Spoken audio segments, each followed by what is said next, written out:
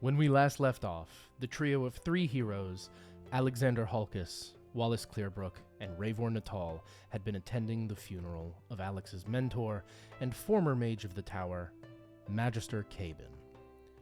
This same funeral had been attacked by a disgruntled former apprentice of the Magister, who, in a fit of rage and arcane might, raised the dead of the city cemetery to wreak terror on the funerary rites. We rejoin our heroes in a mausoleum beneath the city of the Last Tower. Ravor and Wallace are injured from their combat with the undead scourge, but their wounds have been tended to by the priest of Azdoom, who fled into the crypt with them.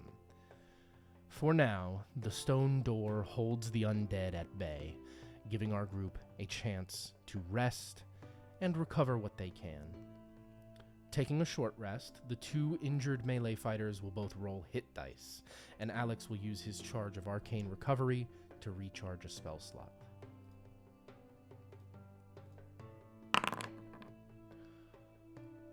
On a roll of 8, Wallace is fully healed.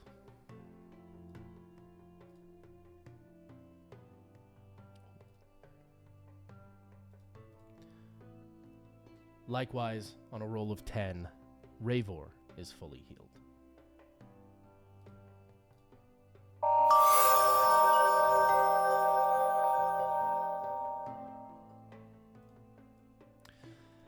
As they rest and tend to their wounds, the party discusses strategy. This is outrageous. Desecration of the dead and assault on the living. Ravor is fuming. As he huffs deep breaths, sparks and embers fly from his nose. Trust me, Ravor, I'm not pleased with this turn of events either, but what would you have us do? Wade out into a horde of undead and cut our way across the cemetery? Alex asks incredulously. He's more enraged than he would willingly admit to see Magister Cabin's legacy disrespected in his final moments like that. But in the face of his senior apprentices, Alex couldn't help but feel powerless. That is, until he remembers the other senior apprentice that had attended the funeral and was strangely nowhere to be seen the moment the dead started rising from the ground. What about Shaw? Alex asks, and Ravor and Wallace turn to him in confusion. Ernest Shaw, the new owner of the tower. He was here at the start of the funeral, but I didn't see him in the commotion. A mage of that power should be able to handle a few undead quite handily. Wallace nods in agreement. This whole thing feels like it's way over my head, but Cabin was a kind man. He doesn't deserve any of this. I think we should find Magister Shaw and ask some questions. He may be able to explain what happened with the whole scorned disciple thing, and if nothing else, he's the best one to protect the city from his competitor.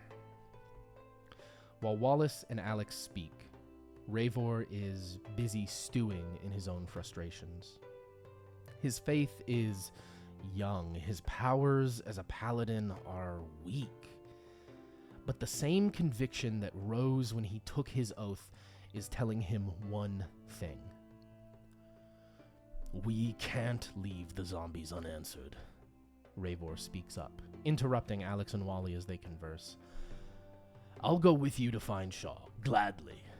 I agree that he's the city's best line of defense, but I can't just let the dead citizens above us molder in their unlife. They earned their rest. Alex looks and sees somber determination in Ravor's eyes. It wasn't a question. Ravor would do this with or without them. Fine. I will help you as best I can, but we need a plan. You and Wally almost got beat to the ground when you faced the zombies on open field. You were surrounded and outnumbered almost immediately. Ravor agrees and stands from his seat, walking the interior of the mausoleum and getting a feel for the layout of the crypt. The door is narrow enough that I should be able to block it. They won't be able to surround us, and Wallace can attack from my side. Force them to face us one at a time. Ravor explains. He walks up a few steps and tests the stone doors.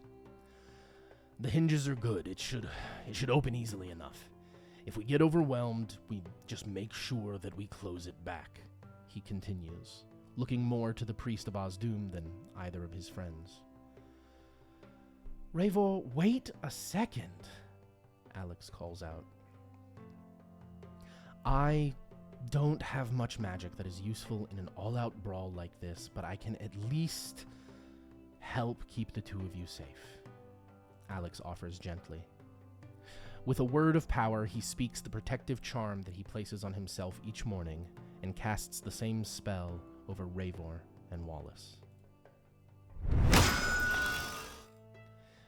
Normally, when they traveled, Ravor wore his armor and Wallace had leathers, and that would protect them as much or more than any spell Alex could cast.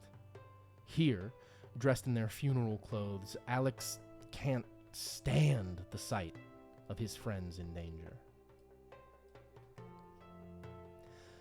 Ah, thank you, Alex. Wallace smiles up as the spell finishes. If only we could get the big man a shield, he adds. At that suggestion, the three of them look around the crypt for anything that could be useful in the coming fight.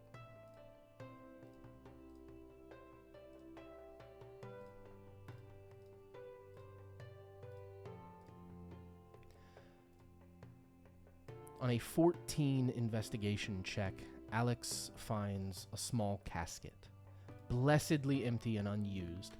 The lid hasn't yet been nailed down, and it can make an improvised shield for the paladin, further protecting him. That's all we can do for now. Waiting any longer won't save anyone, Ravor grunts. He starts rolling his shoulders and limbering up at the top of the stairs. With any luck, the guard will have been mobilized and we won't be entirely on our own. Wallace shrugs, standing behind his towering Draconid friend. Let's do this, Alex confirms, nodding. With one last look at his friends, Ravor hefts his sword and pushes the crypt door open. And once more, we will roll initiative.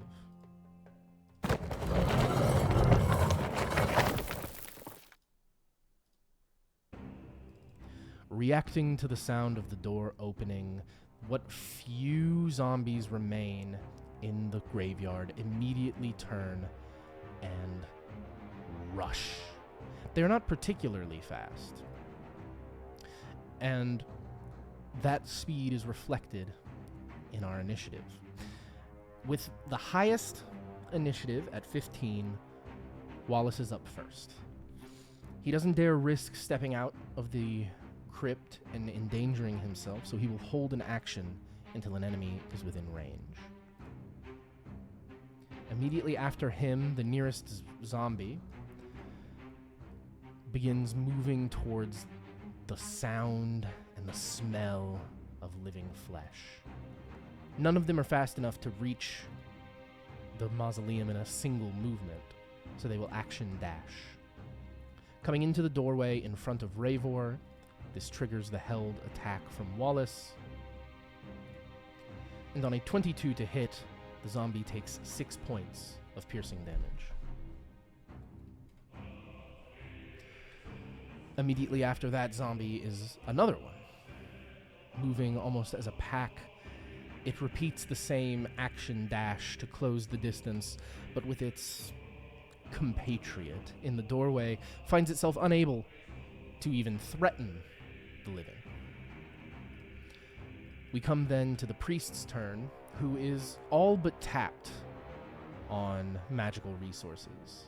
However, the one ability that they do have left at their disposal is a simple but effective Bless spell. and that bless will be placed on all 3 of our heroes. Another zombie moves forward, capable of making it to the mausoleum in their full movement, but unable to reach past the doorway. We come then to Alex. Not a melee fighter, and down on any spell slots, Alex will cast a simple cantrip to the zombie standing in the doorway. With a 29 to hit, he deals 7 points of fire damage and brings the zombie below half health, triggering a condition known as Bloodied. We come finally then to Ravor, who, hefting his sword, will make a main hand attack, and on a 14 cleaves into the zombie for 10 hit points of slashing damage. This triggers Undead Fortitude, and the zombie must make a DC 15 Constitution saving throw or die. And on a 4, the zombie falls dead, bisected by the paladin's sword.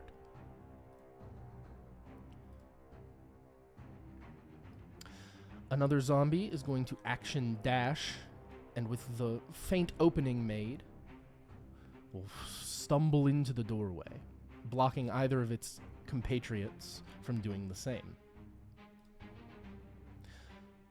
That brings us to the top of the round, to round 2, where Wallace now can attack with both of his knives, one in the main hand, one in the offhand. With a 26 to hit, he deals 7 points of piercing damage, and on a 14 to hit, another 7, for a combined 14 points to the zombie in the doorway. The remaining zombies, finding it almost impossible to reach any of the living prey, begin climbing and clawing at each other, trying to find a way in. Coming to the Priest of Ozdoom, they are, similarly to Alex, tapped on spell slots, but do have cantrips available to them. On a 17 to hit, the priest deals 12 points of radiant damage, bypassing the unearthly, undead resilience of the zombie and striking another down, only for the gap to be filled moments later. For the first time, a zombie steps into the doorway with an action available and makes a slam attack against Ravor.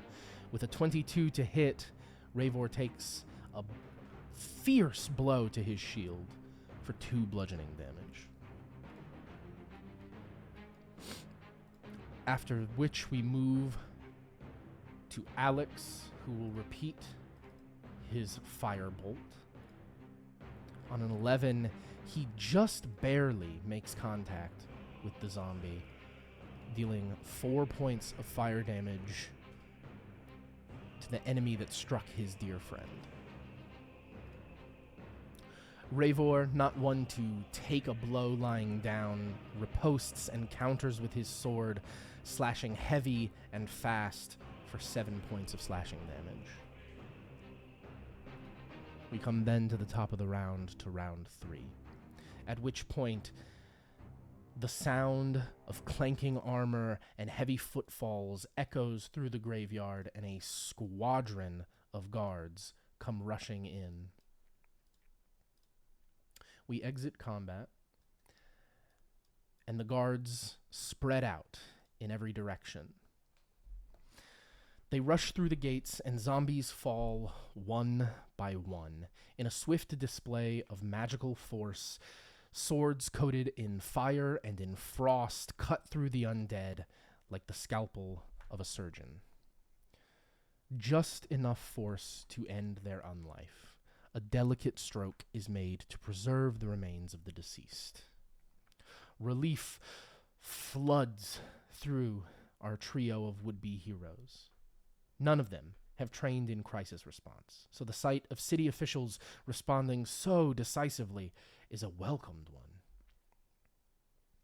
The civilians in the streets are still being evacuated, and as soon as the immediate threat in the cemetery has been cleared, that evacuation effort turns to the priest and to our party. A guard with the insignia of a healer on his armor jogs up to our group at a fair clip. "Are any of you injured? Was anyone bitten? Anyone scratched?"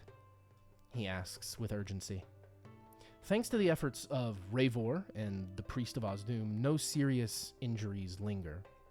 The guard is nothing if not diligent, however, and gives each of them a twice-over inspection, applying bandages and salves to what few maladies are still easily spotted. As he's tending to them, a carriage arrives, propelled forward not by horse, but by some unseen arcana.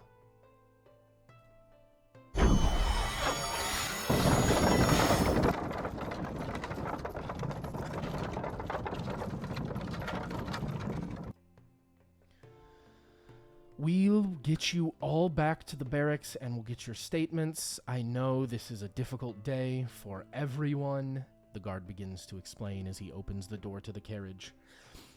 The priest, having some authority over the cemetery itself, is staying behind to speak with the remaining guards. Our trio each has a heavy blanket wrapped around their shoulders while they climb up and take their seats. The medic with them takes a seat in the corner, and with a subtle press of a sigil engraved on the wall, the carriage starts off down the street.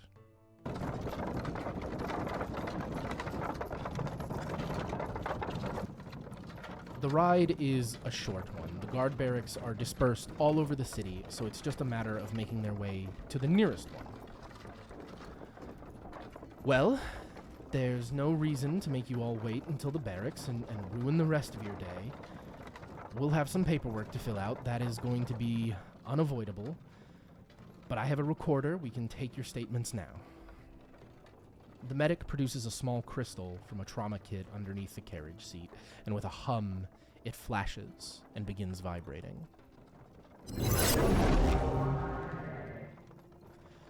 This enchantment records sound and nothing else. Everything you say will be kept for records, along with your sworn oath, your signed assurance, and once we arrive back at the barracks, we'll take care of all of that.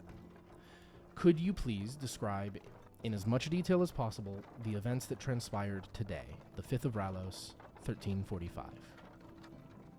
The guard prompts the party to speak and then sits there silently for a moment, his face clearly encouraging them to take all the time that they need.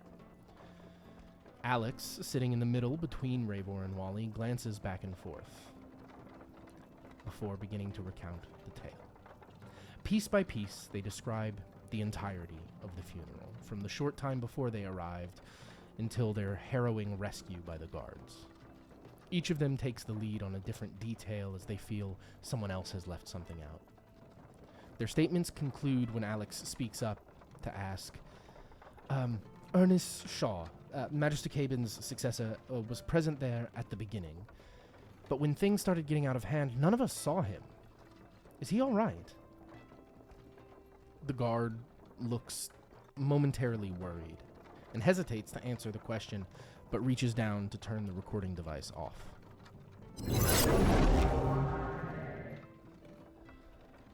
Please. We've all studied under Cabin at different times. It would mean the world to us as fellow students to know that our senior is all right. Ravor pleads honestly, attempting to persuade the guard to speak whatever it was that he was holding back.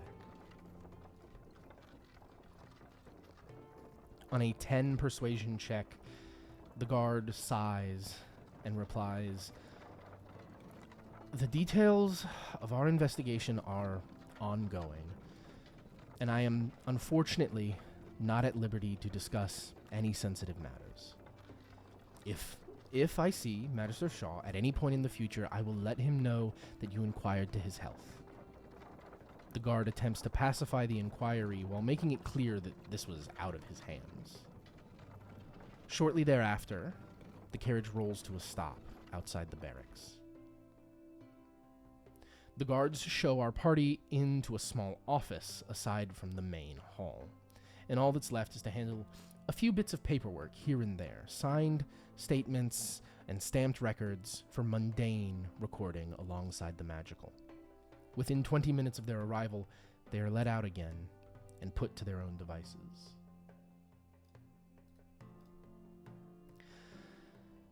So, that was suspicious as hells. Wallace is the first to speak up after they put some distance between themselves and any guards that might overhear. Oh, absolutely. I think now, more than ever, it's important that we find Magister Shaw. I don't know how or even if he's involved in all of this, but it's too much of a coincidence to be nothing. Alex concurs. Rolling his neck, Alex racks his mind for ideas on how to even begin their search for a wayward mage. I guess the tower is our best starting point, he suggests aloud, looking for disagreement or counteroffer more than anything else. When Ravor and Wallace offer none, the trio depart for the center of the city and the tower that dominates it. Most of the space around the tower is open-air marketplace. A few very ancient buildings have been built right up against the walls and the foundations of the tower, but they leave a wide promenade around the entire circumference. This space is dominated by market stalls for all manner of goods. Magical trinkets, mundane tools, imported spices and fabrics, even livestock like chickens and goats are brought to the city and sold here in the marketplace. Ravor leads our trio onwards with a determined look. He and his compatriots have neither the time nor the money for frivolous shopping. They arrive to the nearest entrance of the tower, which, at some point, was converted into a large plaza. A gazebo, built against an arched portal, provides shade, and a nearby fountain is a draw for city locals. None have any business with the tower, and as a fixture of day-to-day life, no one ever considers to bother with it. Our group draw a number of strange looks as they stride up to the stone archway. There's no sign of a typical door. The only thing denoting this as an entrance is the arch of large bricks that jut out from an otherwise smooth wall. So, do we just knock? Wallace asks, looking up at the immense tower that rises into the clouds. I don't know. I've never been this close before, Alex admits. He takes the lead and closes the rest of the distance to the arch. Each brick is engraved with magical symbols. So, calling upon his education from Magister Cabin, Alex attempts to decipher their meaning. On a natural 20, for a total of 26, Alex recognizes the sigils as a component for information transfer, an array of sending stones designed to contact the owner and occupants of the tower whenever someone approaches the door. He reaches out and brushes a hand gently across one of the stones. Upon contact with the stone, a voice, monotone and almost hollow, announces a message. Thank you for visiting the last tower. No one is available to receive your message at this time. If you require aid, attention, or asylum, and are a friend of the tower, speak your code phrase, and the door will open. A moment of silence draws out after, while everyone waits to see if the magical talking rocks have anything else to say. Wallace is the first to break the silence. Perfect. Alex is definitely a friend of the tower, so just bust out that code phrase and we can go inside and look around. Alex sighs in response. I don't have a code phrase, Wally. If Caben ever made one for me, he didn't tell me what it was. I haven't visited the tower before. He always came to see me at home or at school. Alex's voice trails off as the painful memories of his mentor swell in his mind. Maybe Caven did give you one, though, and simply never informed you about it since you didn't visit the tower to warrant having entry. I find it difficult to imagine Magister Caben describing you, in his own words, as his most promising student, and never bothering to key you in as a friend of the tower. As I knew him, he always had more foresight than that. You would do well to think of what it might have been. Despite himself, Alex can't help but agree with Ravor. Caben had always been planning for the future, up to and including his own death, as the recording of his last testament proved. If he had wanted Alex to be a friend of the tower, which was by all means very likely, then Alex definitely does have a password. He just has to figure out what it is. On a second natural 20, for a total of 26 on the history check, Alex recalls Magister Caben's lessons to his mind, trying to find something that stands out as important. Anything, some key that Caben might have hinted at. His tutor's voice begins to ring in his mind. Alex, some of the magisters in the Senate would have you believe that a mage's greatest asset, his greatest power, is his mind. That is balderdash. The single greatest asset of any mortal man, regardless of station or of prominence, is his heart. Your great-grandfather taught me that when I was your age. He, of course, used an elvish word for it, convinced that the common tongue didn't do the concept justice. The memory fades as Caben carries on into a lecture on linguistics, and a faint chuckle and smile comes to Alex's face. He speaks the word, Ariel, soft and barely audible, but the tower heard him.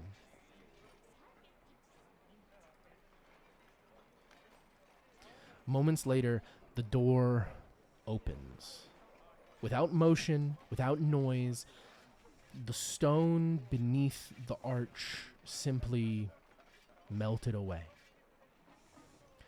Alex, Wally, and Ravor are left staring into a dimly lit orange interior, ornately decorated and flickering as if to simulate candlelight. I was not expecting that, Wallace chimes in. Understandably cautious, the trio start to hesitantly make their way forward into the foyer.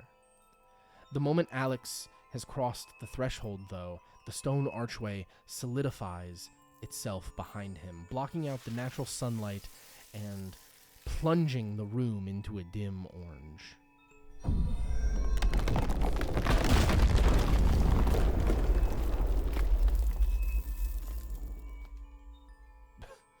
Good thing we went first, Ravor joked, casting a wink down at Wallace.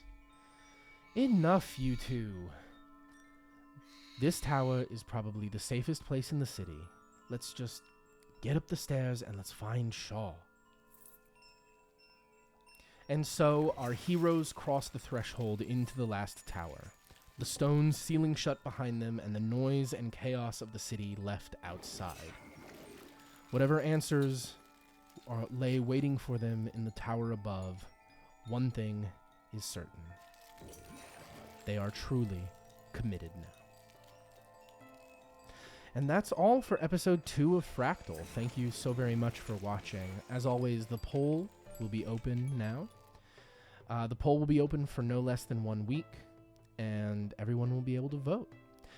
This episode coincides with a level up from level 1 to level 2, and so that will be one of the options. You can find that link in the top of the description, and I will see you all next time. I'm Moss. Thank you.